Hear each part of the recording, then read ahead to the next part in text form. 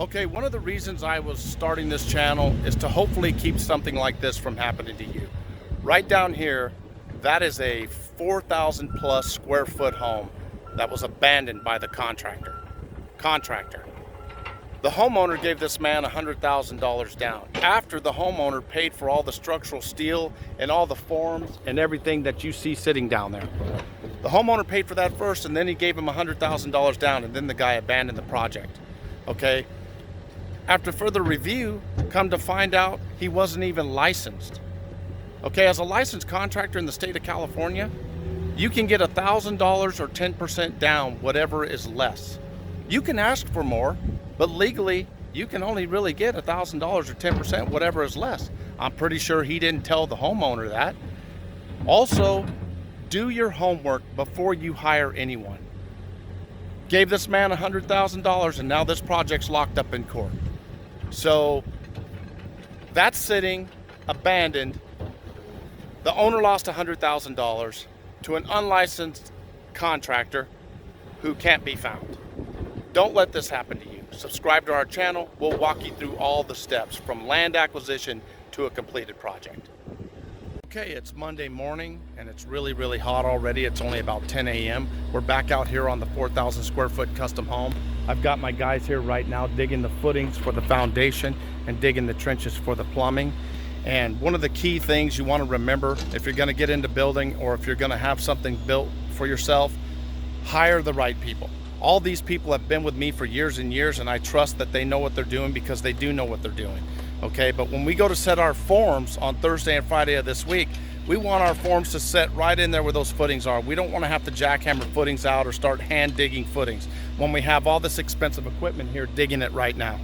So we're going to set forms at the end of this week, Thursday and Friday, and start getting our steel and all of our sand and all of that in. I'll cover that when we get to it. We have structural hardware that has to go in there, and then our underground plumbing has to go in.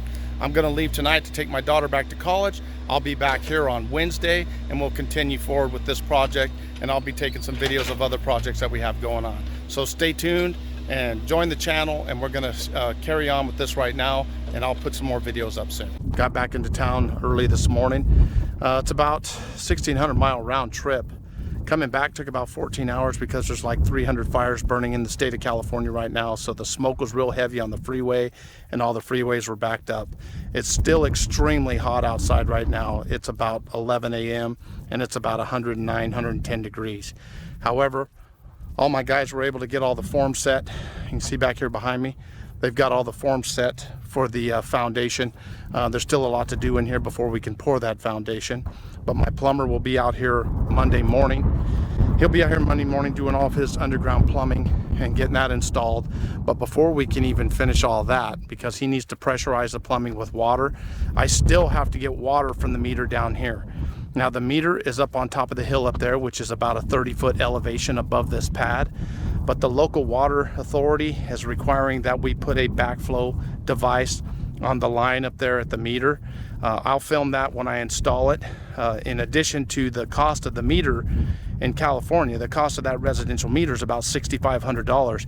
In addition to that, it's an additional $700 for this backflow device plus installation. But we have to have that in, even though the elevation of the meter is about 30 feet above this pad.